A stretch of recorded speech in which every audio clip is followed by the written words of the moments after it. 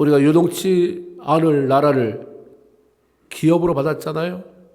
이제 우리가 할 일은 하나님의 은혜를 사모하는 것이고 은혜를 받는 것이고 아멘 하며 하나님의 영광 드리는 삶인 줄로 믿습니다. 이 시간도 은혜를 받는 시간, 내가 주는 게 아니지만 권면할 뿐입니다. 사모해서 은혜를 받고 그리고 하나님의 영광 드리는 아멘 하며 하나님의 영광 드리는 그 나갈 때는 빈 곳이 한 구석도 없이 꽉 주의 은혜로 채워지고 그래서 용기 있게 삶의 현장을 향해 달려나가는 그런 귀한 시간 되기를 주님의 이름으로 축원을 드립니다. 본문은 바벨론 느부갓네살 왕이 꿈을 꾸고 잊어버리면서 시작된 이야기입니다. 아주 중요한 꿈을 꾼 것 같아서 머리에서 왔다 갔다 하는데 생각이 안 나는 거예요. 중요한데 뭘 놓친 것 같은. 도대체 뭐지? 이게 뭐지? 생각이 날 듯 말 듯 왕의 마음이 답답해집니다. 괴로워서 잠이 안 오는 거예요. 잠을 이룰 수 없습니다. 이리 생각해보고 저리 생각해봐도 이거는 내가 생각해낼 수가 없는 거구나. 내가 해결해낼 수가 없는 거구나. 결단을 내린 왕은 마침내 바벨론 제국에서 제일 유명하다고 하는 박수들, 술객들, 점장이 지혜자들을 불러 모으고 그들에게 내가 꿈을 꿨는데 잊어버렸다. 해석해라. 그 말은 꿈을 나한테 네가 알아내서 알려주고 그 꿈이 무슨 뜻인지 해석해 보라라고 하는 얘기지요. 거기에 모인 모든 사람들 이구동성으로 꿈을 알려주고 해몽해 달라는 것은 가능한 일이나 역대 왕 중에 이런 경우는 없었다. 왕이 무슨 꿈을 꿨는지를 알아내고 그것을 해석해 달라고 하는 것은 불가능한 일이다. 이렇게 말을 합니다. 더 이상 대화가 진전이 안 되죠. 더 이상 방법이 없습니다. 그러다 중요한 꿈 꾼 것 같은데 기억해내지 못해서 마음이 막 불안해던 왕, 그 마음이 분노로 바뀝니다. 뭐 잘못한 거 없잖아요.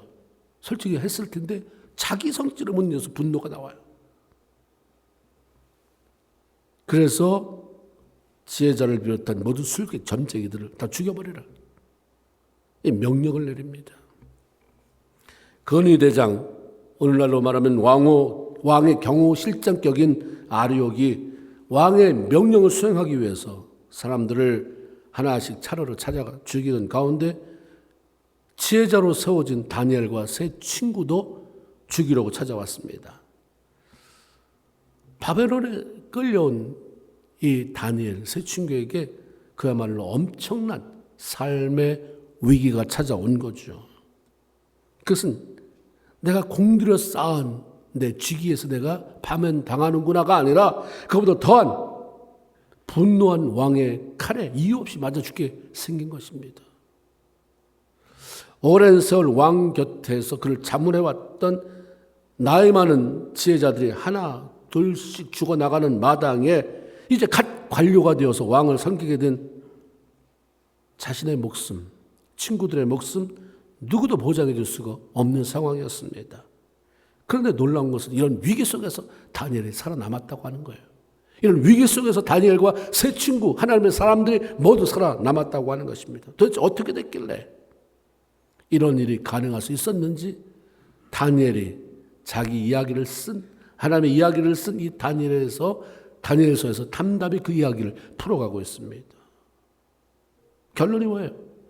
하나님이 하셨습니다. 하나님이 하셨습니다. 고린도전서 10장 13절에 보면 사람이 감당할 시험 밖에는 너에게 당한 것이 없나니 오직 하나님은 미쁘사 너희가 감당치 못할 시험 당함을 허락지 아니하시고 시험 당할 쯤에 또한 피할 길을 내사 너희로 어떻게 담당하게? 능히 담당하게, 넉넉히 담당하게 하신다. 이런 말씀이 있습니다. 하나님은 당신의 사랑하는 자녀들에게 어떤 어려운 고난과 시련이 찾아온다 해도 능히 감당할 수 있도록, 능히 이겨낼 수 있도록 도우시는 분이십니다. 하나님의 초점은 언제나 그분의 사랑하는 백성에게 있죠. 여러분이 하나님을 사랑하십니까? 하나님이 여러분을 사랑한다고 확신하십니까? 그럼 그분의 초점은 여러분에게 있어요. 하나님의 초점, 내가 하나님을 사랑하는지 그분이 나를 사랑하는지가 왔다 갔다 하니까 그 확신이 안 서니까 하나님의 초점이 내게 있는지 어려움 당할 때는 하나님이 나를 외면하는지 그 불안해지기 시작합니다. 그러나 하나님의 분명한 것은 하나님의 초점은 언제나 그 사랑하는 백성에게 있다는 것입니다. 바벨론 왕 때문에 위기에 처한 사람들이 많이 있었지만 하나님의 초점이 어디에 있었냐면 하나님을 사랑하는 다니엘과 그 세 사람, 그 친구들에게 있었다고 하는 것입니다. 사랑하기 때문에 하나님은 위기라고 하는 고난을 통해서 때때로 자녀들을 훈련시키고 다 넘어가시지만 결국 그 결과는 항상 등용이에요. 등용. 그 사건 뒤에 하나님이 어떤 자리를 무대를 만들어 놓고 거기에 올리시는 거죠. 하나님의 세계에서는 낙하산이 없어요. 아무도 준비 안 됐는데 어떤 재수 좋아서 운이 좋아서가 아니라 반드시 그 자리에 올라가기 위해서는 하나님이 귀하게 존귀하게 쓰신 자리에 서려면 대가를 치러야 되는데 그 대가라고 하는 게 때로는 훈련이요 고난이지만 하나님은 함께 하신다. 이렇게 말씀하시죠. 히브리서 12장 6절에 보면 하나님은 그 사랑하는 자들 징계하신다. 이 한국 성경이 좀 잘못 번역된 것 같아요. 징계하신다 그러면 하나님은 벌 준다 이런 느낌으로 와닿지만 영어 성경 NIV를 보면 디스플린이에요. 훈련시키신다. 내가 사랑하는 아들, 딸 잘 교육시키고 싶잖아요. 집에서 잘 훈련시키고 싶어요. 아무리 못된 아버지라도 애들한테는 바른 말 해주잖아요. 나가서 쓸데없는 얘기하고 이상한 얘기해도 자녀들한테는 정답을 말해주잖아요. 그럼 나는 좀 덜 먹고 못 살아도 애들 교육시키고 싶은 게 부모의 마음인데 하나님 똑같아요. 훈련시키고 싶어 하죠. 더군다나 우리가 하나님의 자녀인데 이 땅에서 내가 비루하게 살아서는 안 된다. 이 땅에서 내가 그렇게 비틀거리면서 살면 안 된다. 강하게 하나님의 자녀다. 내가 훈련시키겠다라고 하시는 거죠. 그래서 하나님이 징계가 들어가는 거예요. 디스플린이 훈련이 들어가는 것입니다. 히브리서 12장 8절에 징계는 훈련을 다 받는 것이거늘 너에게 없으면 사생자요 참 아들이 아니다. 나는 하나도 어려움이 안 와. 예수 믿었는데 늘 평안. 돌아보라 이 말이에요. 너 사생자 아니니? 진짜 너 하나님의 아들이니? 하나님 너 사랑하는데 어디 그렇게 네 편한 대로 네가 하고 싶은 대로 내버려둬. 그럼 하나님 하나도 손도 안 봐. 정말 축복이야? 그럼 뒤돌아봐. 너 그렇게 축복받는 짓을 했는지. 아닌데도 평안해. 하나님이 나를 사랑하시나? 한번 점검해 봐야 되죠. 나를 잠들게 내버려 두지 않고 고난을 통해 깨우고 훈련하는 것. 그건 지금 하나님이 나를 사랑한다는, 내가 사랑받는다는 증거입니다. 어려움이 찾아왔을 때 왜 이렇게 재수없게 나만 왜 자꾸 이러는 사랑과 하나님이 나를 또 사랑하는 증거를 보여주시는구나. 이 어려움 뒤에는 하나님이 또 나를 통해서 뭘 하시려고 하시는가. 내가 뭘 하지 않는다고 할 때 뭐가 되지 않는다 할지라도 하나님이 내 내면의 세계를 얼마나 더 넓혀 놓으실까. 달라지는 거죠. 바라보고 생각하는 태도가 틀려져요. 하나님은 고난과 위기 속에서 훈련받고 있는 사람들에게 두 가지를 말씀하세요. 하나는 낙심하지 말아라. 갈라디아서 6장 9절에 보면 우리가 선을 행하되 하나님이 기뻐하는 일을 행하는 게 선이잖아요. 훈련받는 것, 하나님이 원하시는 거. 집에 훈련받고 있는데 남한테 뭘 도와주고 뭘 베풀어주고 그게만이 선이 아니라 하나님이 하시는 것, 그걸 따르는 게 다 선입니다. 선을 행하되 낙심하지 말지니 포기하지 않으면 반드시 때가 온다. 그러면 이루게 된다. 할렐루야. 아멘이에요. 하나는 낙심하지 말아라. 두 번째는 기쁘게 여겨라. 이것은 굉장히 수준 높은 단계예요. 저는 그렇게 많이 못 봤어요. 목사님들 요즘 어려움 당해서 너무 기뻐요. 이런 사람 못 봤습니다. 그래서 그 다음에 제가 물어봐야 됩니다. 왜 기쁘십니까? 하나님이 나를 사랑한다는 증거 아닙니까? 그것 때문에 내가 얼마나 기도를 하게 됐는데요. 기도하다 보니까 성령이 내 안에 역사하시고 성령이 역사하다 보니까 영계가 열리고 이렇게 대화가 이어져야 되는데 그 단계까지 이어지는 경우가 거의 없었던 것 같습니다. 수준 높은 단계이기 때문에. 야고보서 1장 2절에 내 형제들아 너희가 여러 가지 시험을 만나거든 기쁘게 여기는데 그 앞에 뭐가 가로 열고 온전히 더할 나위 없이 나한테 하나님 이런 관심을 보이시다니 이렇게 하라고 하는데 정말 믿음의 사람들이 그렇게 살아가는가? 오래 신앙생활을 해오면서 많은 은사를 체험했다고 하는 사람들이 이렇게 살아가는가? 대대로 예수 믿는 집안에서 태어났다고 하면서 살아간다고 하면서 이렇게 온전히 내 어려움이 올 때 하나님 일을 통해서 뭘 하실지 나 기대돼요 하나님 이러면서 그 일을 끝날 때까지 기쁨으로 나가는 사람이 얼마나 되는가? 하나님 또 야고보서 사도가 얘기하잖아요. 여러 가지 시험을 만나면 온전히 더할 나위 없이 집산 것보다 더 기뻐해라. 예수 믿는다고 하면서도 차 샀을 때는 새 차 뽑았을 때는 그렇게 좋아하더니 어려움 올 때는 내가 얘기하는 거는 왜 그렇게 안 하니? 성경에 차 살 때 기뻐해라. 집 살 때 기뻐해라. 그건 네 마음이 그런 거지 나는 그런 거 별로 관심 없어. 잘 되면 좋지만 내가 잘 되는 건 영이 잘 되는 건데 내가 말한 것은 어려움이 올 때 온전히 기뻐하라는데 왜 내 말은 다 듣고 내 감정에만 충실하냐. 말씀에 충실한 사람이 필요하죠. 하나님의 차 사는 거, 집 사는 거 안 좋아하는 분이 아니에요. 그러나 중요한 것은 그걸 그렇게 기뻐할 수 있다고 한다면 내 말도 좀 기뻐해야지. 어려움이 온 걸 기뻐해야지. 이 말씀이죠. 다니엘은 하나님의 도움으로 자신에게 찾아온 위기와 고난의 순간을 잘 통과했습니다. 하나님께서 도와주신다고 해도 내가 도움을 베푸시는 하나님 앞에 어떤 반응을 보이느냐 하는 것은 너무나도 중요하죠. 예수 믿는 사람 치고 하나님이 나를 도와주시기를 원하지 않는 사람이 어디 있고 하나님이 나를 돕는다고 생각하지 않는 사람이 어디 있겠습니까? 하나님 모든 사람을 도와요. 내가 너를 도와주리라. 두려워하지 말아라. 내가 너와 함께 합니다. 놀라지 말라. 나는 내 하나님이 됨이라. 내가 너를 도와주리라. 말씀하셨잖아요. 그 성경을 접한 사람이라면 들어본 사람이라면 하나님 날 돕는 분. 그럴 때 그 하나님의 도움을 받으면서 왜 실패하는 사람이 생기는가? 왜 그런가? 그 어려움을 하나님께 도와주신다고 하는데도 그 어려움을 자신이 해결해 보려고만 애쓰지 믿음으로 반응할 줄 모르기 때문입니다. 죽음을 앞둔 위기의 상황 속에서 다니엘이 보인 믿음이 무엇이었나? 우리가 잘하는 건데 안 되는 거예요. 그 상황을 두려워하지 않는 담대함이 그에게 있었습니다. 다니엘은 바벨론 왕 느부갓네살의 잃어버린 꿈을 알아내고 그 해석을 보이라고 부른 사람들과 같은 자리에 있지는 않았어요. 다니엘도 지혜로운 사람이었지만 거기에 어쩌면 무슨 순서적으로 밀려났는지도 모르겠습니다.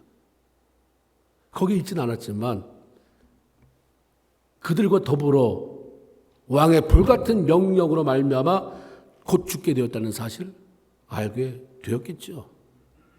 궁궐이 얼마나 넓다고 모르겠습니까? 그렇다면 나를 죽이라는 명령을 가지고 온 군인 대장 앞에 그분과 마주쳤을 때 이렇게 빨리 오다니 와 이번 내 차례인가 보다. 얼마나 두려웠겠습니까? 여러분이 두려움에 빠지면 너무 당혹스러워지면 어떤 반응을 보이십니까? 막 심장이 벌렁벌렁 뛰어요. 평안에 사라져. 평안이 사라지는 게 어디에 나타나요? 얼굴에 나타납니다. 낯빛이 변해요. 무슨 말을 제대로 표현할 수가 없습니다. 다니엘도 그래야 되잖아요. 근데 다니엘 그때 어땠습니까? 자기를 죽이러 온 사람에게 15절 왕의 명령이 어찌 그리 급하냐. 이건 먼저 본 버전이에요. 이 말은 아니 도대체 왕에게 무슨 일이 있으셨기에 왕께서 그렇게 엄한 명령을 내리셨단 말입니까? 뭐가 느껴집니까? 여유예요. 담담. 두려움이 거기 섞여 있습니까? 두려움 없어요. 죽이러 왔는데 말이 어리버리돼야 될 텐데 무슨 말이 나오겠어요? 아니 왕이 왜 그렇게 이렇게 무슨 일이 있었길래 이런 명령을 이렇게 급하게 내리신단 말이에요. 얘기 좀 해보세요. 배짱이 두석해서 그렇습니까? 자기를 죽이려고 칼을 빼고 앞에 사람이 섰는데 그 앞에서 배짱이 무슨 소용이 있습니까? 어떻게 여유를 부릴 수가 있겠습니까? 그런데 다니엘이 여유를 부려요? 어떻게 여유를 부릴 수 있었는가? 바로 그 안에 하나님이라고 하는 믿는 구석이 있었기 때문입니다. 그냥 믿는 게 아니라 그분에 대한 확실히 신뢰가 넘쳐났기 때문인 것입니다. 예수 믿는 사람 치고 하나님께서 나를 도와주실 것이다, 그분이 나의 도움자다 라고 하는 사실에 동의하지 않을 사람 없을 것입니다. 그런데 문제는 막상 어려움에 닥치게 되면, 위기에 처하게 되면 믿음은 어디로 온데간데 없어지고 안 믿는 사람이나 별 다를 바 없이 행동한다고 하는 것입니다. 믿음으로 내가 반응하는지 못하는지 어떻게 겉으로 나타나는 피상적인 것만 해도 몇 가지가 있어요. 낙심과 절망이에요. 두려움으로 가득 찬 얼굴빛, 진정되지 않는 마음에서 쏘아붙이는 말, 함부로 말을 붙이기 힘든 차가움과 예민함. 주님이 하실 것이다, 내 도움자가 알아서 하실 것이라고 하는 여유가 있는 사람 그렇게 안 나오잖아요. 아무도 없으니까 이제 죽음 앞에 내가 정면으로 부딪혀서 이건 다 내 몫이다, 그러니까 예민해지는 거예요. 거기 누가 있으면 죽어나는 거죠. 말로 예민하고 그 차가운 눈길로, 차가운 그 날빛으로. 다니엘이 하나님에 대한 믿음으로 두려움을 물리쳤다는 외적인 증거를 보여주고 있는 것이 14절에 다니엘이 명철하고 슬기로운 말로 라고 하는 표현에 아주 충분하게 나타나 있잖아요. 명철과 슬기로운 말, 지혜와 재치, 그리고 그 안에는 부드러움과 여유를 포함하고 있습니다. 다니엘이 하나님을 신뢰하고 부드럽게, 두려움이 아닌 이 안에서는 두려움이 있다 할지라도 하나님 나는 믿습니다. 하나님이 내 아버지고 나의 도움자시고 하나님이 하실 것입니다. 그 두려움을 여기에 맹독이 퍼지지 않도록 눌러놓는 것이죠. 어느 부분에 암이 잠깐 발생하면 빨리 떼어내면 된대요. 2기, 3기, 4기 가는 것은 이게 퍼지니까 그러는 거예요. 퍼지면 문제인데 두려움이 퍼지지 않도록 눌러줘요. 믿음으로. 너 거기 있어. 두렵지. 그러나 또 하나님이 하셔. 거기. 이게 이 두려움이 2기, 3기, 4기 말기로 가지 않도록 묶어놓는 건데 우리는 그냥 그거 터트려버려요. 내가. 이만큼 1기도 시작되지 않고 그냥 그런 증상이 있는데 내가 지레 짐작으로 터뜨려서 그냥 바로 말기를 가버리고 그냥 어느 날 기도 자리를 떠나버리거나 기쁨을 다 잃어버리거나 어느 날은 아니 교회도 아예 안 나와버리는 이런 이상한 신앙이 우리 안에 있다 이 말입니다. 다니엘이 눌러놓으니까 여유가 생기잖아요. 지금 하신다. 너 가만히 있어. 염려, 두려움 가만히 있어. 하나님 하셔서 살면 죄를 하니까 감사, 죽으면 빨리 주 앞에 가니까 감사. 이런 태도로 나가니까 하나님께서 그 순간 일하기 시작합니다. 어떤 일을 하셨습니까? 사람의 마음을 움직이는 거예요. 죽이러 온 사람의 마음을 움직입니다. 15절에 아르욕이 그 일을 다니엘에게 알림에 이 말이 영어 성경에는 explain, 설명했다 이 말이에요. 왕의 명령으로 다니엘을 죽이러 온 사람이 다니엘이 왕이 도대체 무슨 일이 있어서 이렇게 급하게 사람을 죽이려고 하십니까? 물어보는 말에 마치 우리가 노닥거리듯이 하나하나 설명을 해주고 있는 거예요. 그것도 이게 외국에서 포로로 잡혀왔잖아요. 그리고 서울로 치면 이제 풋낙이 관리에 있는데 다 얘기해줘요.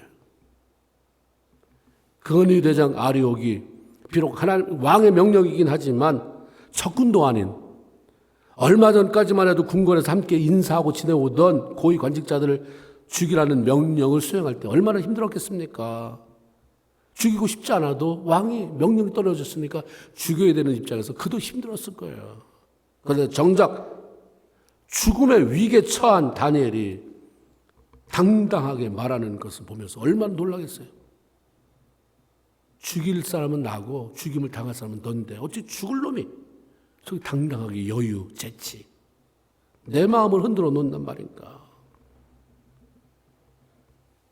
마음을 활짝 열어요.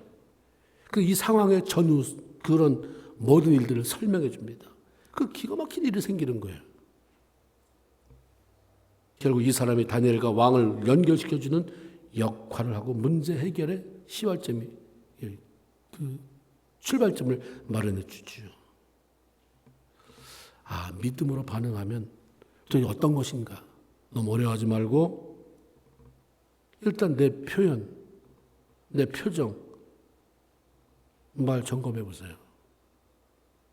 나는 평소와 어려움 당할 때와 얼마나 다른 사람인가? 얼마나 이중적인 모습을 보이는가? 평상시에 평안했다면 위기 속에는 더 평안해야죠. 기쁘게 여기고 기도하니까 평상시보다 더 많이 기도하니까 성령이 더 많이 역사하실 거 아니에요. 그런 표정이나 말에서 그 모든 것에서 하나님에 대한 신뢰를 보여주고 있는지를 봐야 돼요. 아, 내가 보여주고 있는가. 좋을 때랑 시험 들었을 때랑 어려움 올 때 너무 극을 달려가다 보면 사람이 못 붙게 돼요. 주변에. 하나님도 어디서 손을 써야 될지 모르시겠죠. 건유대장 아리옥으로부터 자세하게 설명 들은 다니엘이 이제 행동합니다. 아리옥이 죽을 생각은 안 하잖아요. 차근차근 설명하고 있는 사람한테. 나 잠깐 왕한테 가서 할 말이 있다. 다니엘이 곧바로 왕을 찾아가는 놀라운 일이 생깁니다. 왕을 찾아가요. 다짜고짜로. 내가 그 해석 알려드리겠습니다. 이렇게 선포합니다. 단 조건은 시간 좀 주시면. 무슨 시간이 필요했을까요? 생각해 볼 시간입니까? 문제 해결을 위해서 이것저것 뒤지고 연구해 볼 시간이 필요한 것입니까? 아니요. 그것은 바로 기도를 하나님께 물어볼 시간이 필요한 거죠. 나 마음 좀 진정하게.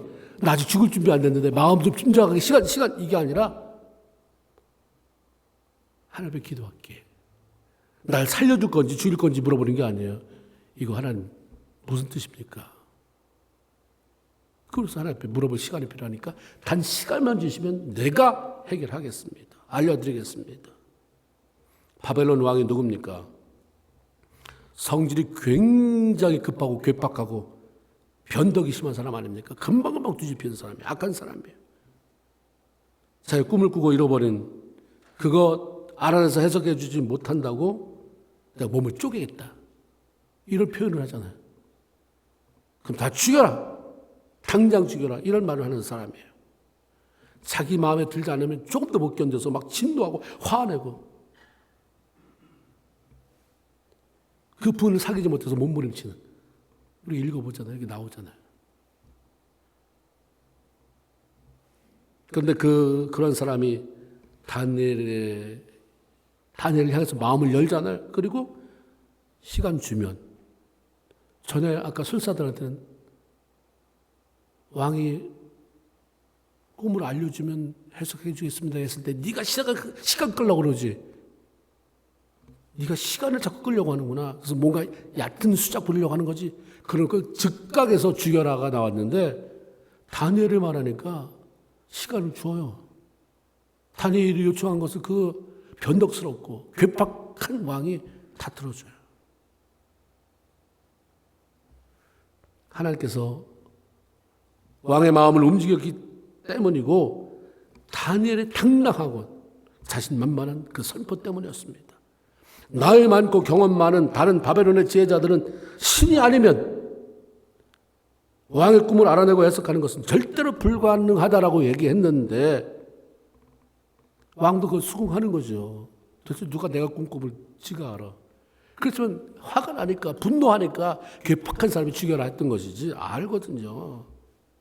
그건 한다고? 네가 하겠다고?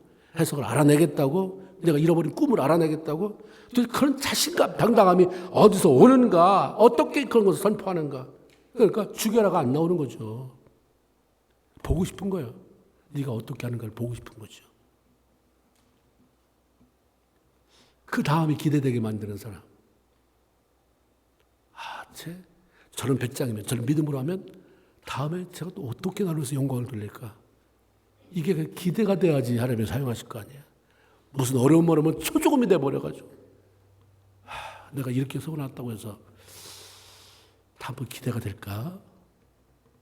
지금 당장에 초조금이 돼가지고 죽겠다고 그러는데 내가 그래 이게 위기만 넘어가게 한다고 해서 다음에 또 위기가 오면 어떤 반응으로 날 찾아올까?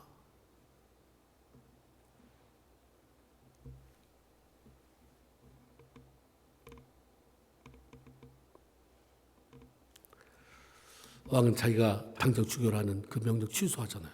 오직 다니엘에게만. 어떻게 이런 일이 가능할 수 있었는가? 하나님에 대한 절대 신뢰예요. 꽉 채웠어요. 의심이 비비고 막 이렇게 해서 무너뜨리려도 어디 하나 의심이 들어갈 수 없을 만큼 차고 넘치는 거죠. 우리 은혜가 발목, 그래 거기까지 오느라고 수고했다. 교회 안 오는 것보다 와주니 감사. 무릎? 아니라고 그러잖아요. 허리? 아니래. 쭉 넘쳐나야 된다고 말씀하잖아요. 다윗이 그래서 고백이 내 잔이 넘쳐나이다. 넘치나이다. 말씀하잖아요.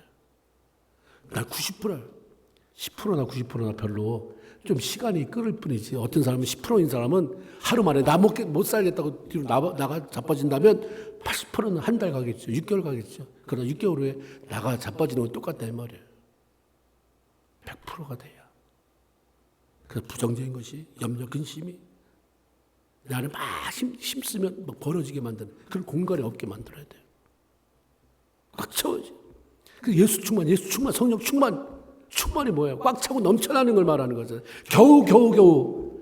겨우겨우도 힘들고 끌려다니느라고 까진 게 주의 영광을 위해서 일하다가 까진 게 아니라 끌려오느라고 억지로 마지못해 교회 오고 마지못해 봉사하다가 마지못해 헌금하다가 까진 모습으로 주 앞에 선다면 이게 얼마나 비참한 것입니까? 영광의 상처를 보이세요. 까진 흔적. 싫은데 억지로 끌려다니다가 까진 그 흔적 보이지 마시고. 그게 우리의 소원이 되어야 되지 않습니까? 놀라운 것은 다니엘이 먼저 기도해보고 나니까 너 가서 네가 해석한다고 해라. 이 응답 듣고 가서 한 거 아니거든요. 하나님에 대한 믿음으로 자기 생명을 걸고 먼저 선포한 이후에 내가 하겠습니다. 내가 해석하겠습니다. 하나님이 하시니까. 그 확신이 있으니까. 그리고 선포하고 나서 그리고 기도했어요. 이게 참 중요하다. 이 순서도 굉장히 중요하다. 선포해. 문제가 올 때마다 줄상을 쓰면서 하나님 살려주세요만 할 게 아니라 이 문제 해결된다. 선포하고 나가는 거죠. 믿음으로 선포하는 것은 하나님을 경험함으로 그분의 살아계심에 대한 확신이 있을 때만 가능해요. 다니엘은 우상의 제물로 자기 몸을 더럽히지 않겠다고 뜻을 정했을 때 하나님이 자기 편 들어준 거 이미 경험했잖아요. 그거만 경험하겠어요? 얼마 더 많은 것을 경험했겠어요? 그러니까 그 어린 나이에 하나님이 기뻐하는 일을 하기 위해서 내가 안 먹는다. 왕이 뭐라고 해서도 안 한다라고 하는 그 얘기를 그때가 15에서 20살 그 소년이 말했다고 하는 것은 벌써 이미 포로로 끌려오기 전부터도 이미 그는 하나님에 잡힌 사람이었어요. 하나님을 경험하고 살았던 거죠. 또 하나 믿음으로 선포하는 것은 하나님의 말씀에 대한 확신이 있을 때만 가능한 일입니다. 다니엘이 많은 백성들이 실망하고 있었잖아요. 바벨론 포로에서 하나님 우리를 버리셨다. 언제까지 우리가 여기 살아야 되는가? 근데 하나님은 정할 때가 있다. 다니엘이 그렇게 생각한 거잖아요. 그리고 그가 뒤진 게 뭐예요? 말씀 읽은 거예요. 어떤 성경입니까? 에레미야를 읽었어요. 하나님이 이미 에레미야에게 예언하게 해서 에레미야가 써는 책에 70년이 차면이에요. 70년. 에레미야서를 통해서 70년이 차면 우리 민족이 해방된다. 어떤 방법을? 그건 몰라 아직. 근데 어떻게든지 하나님이 돌아가게 한다. 근데 딱 그것만 읽었겠습니까? 에레미야서 읽었을 거 아니에요. 상식적으로. 이미 모세오경에 해박한 말씀의 지식을 가지고 있었겠지만 에레미야서 읽었으면 다 읽었을 텐데 에레미야 32장 27절에 나는 여호와라. 너는 육체의 하나님이라. 내게 능치 못할 일이 있었겠느냐? 내게 능치 못할 일이 있겠느냐? 이 말씀도 얼마나 마음에 꽂혔겠습니까? 다니엘은 이런저런 하나님의 말씀을 통해 그분의 능력에 대한 확신을 가지고 있었습니다. 그러니까 문제가 해결되기도 전에 그 문제 하나님 안에서 해결된다. 이 문제 내가 풀 수 있다. 선포할 수 있었던 것입니다. 우리가 선포하지 못하는 건 들은 게 없어요. 안에 들은 게 없어요.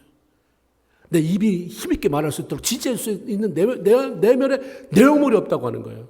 평생 예수 믿어도 성경 한 번도 읽지 못하는데 구약 성경을 찾으면 신약에서 찾아보는 그런 정도 수준이 어떻게 위기 때 선포하며 살아갈 수 있냐 이 말이에요.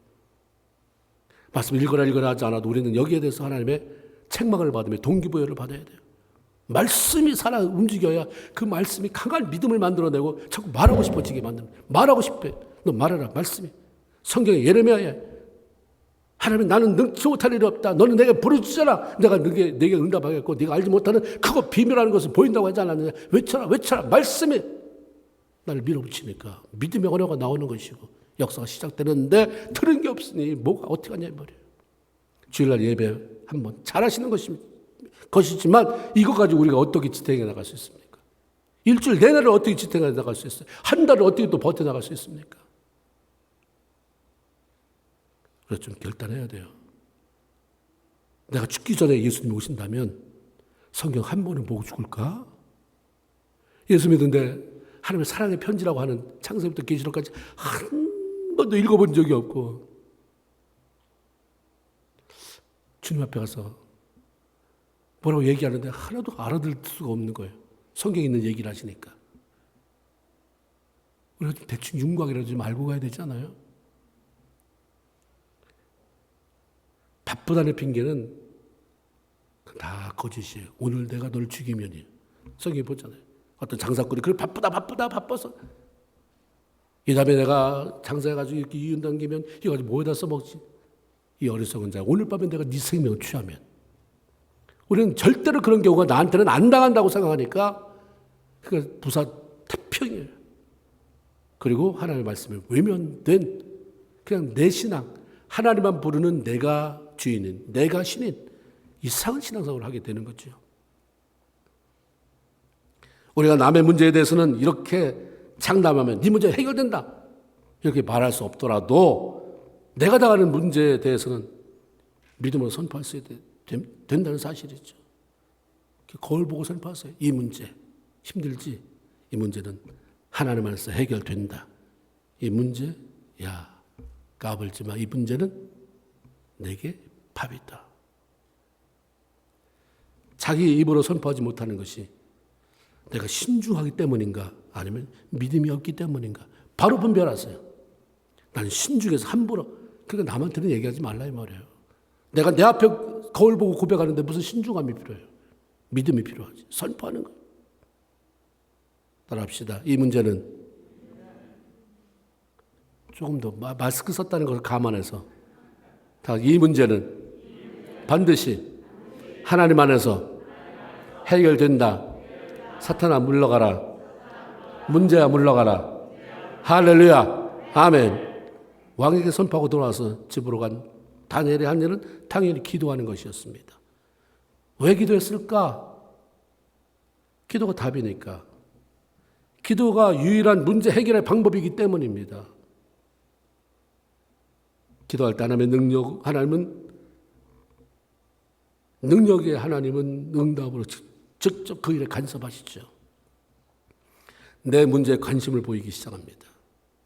방법을 알려주시고 문제가 풀어지고 해결되게 하심으로 내 인생의 다음 챕터, 넥스트 챕터, 다음 장으로 넘어가게 하시는 거예요. 우리는 일생 동안 계속해서 챕터 바이 챕터, 오늘 1장, 내 인생의 1장을 썼으면 2장. 일기는 자연적으로 1월 1일, 11월 1일 썼으면 그 다음 날은 11월 2일이지만 하나님 안에서 내 챕터는 문제를 넘어가지 않으면 챕터가 안 쓰여져요. 내 인생 100년 살아왔는데 쓴 챕터는 한 장, 그래서 반 장 빼곡히 승리한 기록 하나님 때문에 이렇게 이겼습니다. 문제는 없지만 하나님께서 기도하게 하셔서 내가 이렇게 기쁘게 살았습니다. 이 챕터로 가득 채워 있다고 한다면 얼마나 황홀한 영광스러움이 우리에게 찾아오겠습니까? 예레미야 33장 3절 너는 내게 부르짖으라 내가 내게 응답하겠고 하나님의 말씀입니다. 응답하겠고 어떻게 응답하시는가? 마태복음 7장 11절에 너희가 악한 자라도 자식에게 좋은 것 줄 줄 알거든 하물며 하늘에 계신 너희 아버지께서 구하는 자에게 뭐한 것으로? 뭐한 것으로요? 좋은 것으로 주시지 않겠는가? 가장 좋은 것으로 응답하신다. 기도하면 응답하신다. 어떻게 응답하시나? 좋은 것으로 응답하신다. 그러니까 내가 좋은 걸 말해보는 것은 그렇게 하나님 앞에 요거 주세요 할 필요 없는 게 그건 내가 좋은 거지 하나님이 볼 때는 야 겨우 그거냐. 그러니까 주시는 것은 오픈시켜 놔야 돼요. 내 사정을 아뢰는 것은 하지만 좋은 것 주신 하나님을 기대만 하고 있으면 되는 거죠. 이것이 바로 이 말씀이 바로 그분의 자녀가 드리는 기도에 대한 하나님의 아버지의 마음이에요. 좋은 것 준다. 우리는 너무 속이고 살고 속고 살아서 하나님이 좋은 것 준다 해도 또 거짓말. 이런 은연중에 그 마음이 왔다 가는 모양이에요. 그 말씀을 굉장히 우습게 여겨요. 성경은 진리의 말씀이다. 진리라고 하는데 우리는 진리의 말씀을 너무 쉽게 거짓처럼 만들어버려요. 에이, 어떻게 그렇게 할 수 있어? 어떻게 그렇게 할 수 있어? 지금 가장 좋은 거 주신다니까 우리 좋은 거 주실 걸로 믿고 기대하는 거죠. 그 하나님은 몰았다가 주시는 분이 아니에요. 내가 구하는 것이 마지막 파이널 데스티네이션에 마지막 최후에 그게 보인다 할지라도 구하는 과정이 하나님을 선하게 과정 자체 하나님 나에게 필요한 것으로 채우시고 이끌어 가시는 분인 줄로 믿습니다. 그래서 아직 내가 바라는 게 안 왔다고 너무 걱정하고 그것만 바라보다가 몇년 세월 다 잊어버리지 말고 오늘 하나님이 내 삶에 어떻게 이렇게 힘들고 어려운 상황 속에서 오늘 어떻게 하나님 일하시는가. 그리고 하루가 지났을 때는 야 오늘도 날 살게 하셨다. 지탱하게 하셨다. 숨쉬게 하셨다. 기도하게 하셨다. 이런 고백이라도 올리면서 나갈 수 있어야 되는 것이 바로 우리의 사명이에요. 다니엘은 지금까지의 사정을 먼저 세 친구 하나냐, 미사일, 아사랴에게 알립니다. 기도 부탁합니다. 이렇게 기도해달라고 하는 제목까지 줘요. 하나님께서 우리를 불쌍히 여기셔서 왕의 꿈과 해석을 알려주므로 죽임 당하지 않도록 기도해달라. 기도하자. 다니엘은 이미 중보기도의 위력, 내가 혼자 열심히 기도하는 것도 중요하지만 합심으로 기도한다는 마음이 합해지지 않으면 기도가 안 되잖아요. 합심 기도는 여럿이 모여서 기도하는 게 합심 기도가 아니라 마음이 모아지는 게 합심입니다. 합심 기도의 위력을 알고 있었어요. 건성 인쇄치레가 아니라 내가 기도할게 나 이거 기도해줘가 아니라 그리고 내가 기도한 것도 잊어버려요. 부탁한 것도 뭐라고 기도했는지도 없어요. 그냥 기도해줘. 기도하지도 않으면서 내가 기도할게 이런 인사치레가 아니라 진심으로 기도 제목을 나누고 비떡할 신앙의 동역자, 믿음의 친구가 있다고 하는 것은 굉장한 복이에요. 여러분이 내가 기도할게 하고서 기도한 적 얼마나 됩니까? 다 기도하셨습니까? 내가 기도할게라고 말했으면 책임져야 돼요. 내 멀리 떨어져서 매번 생각 안 날 것 같은 사람에게는 내가 생각날 때마다 기도할게 라고 기도해야 돼요. 그렇게 말해야 되죠. 마태복음 18장 19절 20절 진실로 너희에게 이르노니 너희 중에 두 사람이 땅에서 합심하여 무엇이든지 구하면 하늘에 계신 내 아버지께서 저희를 위해서 이루게 하신다. 응답하신다. 해결되게 하신다. 예수님께서 하신 말씀이에요. 그러므로 기도를 나누지도 못하고 함께 기도해 줄 사람이 없다는 것은 신앙생활하는 그런 영역 속에서는 많은 손해를 보고 살아가는 것입니다. 그래서 우리가 관계가 좋아야 되는 게 바로 이런 거예요. 하나님과의 관계도 마찬가지고 사람과의 관계도 특히 너희가 착한 일을 많이 해라. 세상에 나가서. 근데 무엇보다도 누구에게 많이 해라? 믿음의 사람들에게 해라. 너 같이 신앙생활하는 사람들에게 같이 매일 교회 다니고 같은 교우들에게 그 사람에게 특히 착한 일을 많이 해라. 좋은 관계를 잘 맺어라. 왜? 그가 기도해 줄 사람이니까. 그가 함께 기도에 마음을 모아줄 사람이니까. 그 관계를 잘하는 것은 굉장히 중요해요. 여러 면으로 사방에서 공급해오는 그런 루트를, 그런 선을 만들어가는 것이기 때문입니다. 다니엘과 세 친구의 일치된 마음으로 드리는 기도는 하나님의 마음을 움직이고 응답하지 않을 수 없게 하셨어요. 이들이 기도할 때 하나님 밤에 다니엘의 환상을 통해 느부갓네살이 잃어버린 꿈, 그리고 그 꿈이 어떤 의미를 가지고 있는지 해석을 알려주셨습니다. 하나님은 이런 분이에요. 이 하나님은 지금도 살아계시고 우리와 함께 하시는 하나님인 줄로 믿습니다. 위기의 순간마다 이렇게 하세요. 따라합시다. 믿음으로 선포, 기도에서 응답, 하나님께 영광. 믿음으로 뭐예요? 기도에서 응답. 그게 결과적으로 뭐가 되는 거예요? 시작. 믿음으로 선포.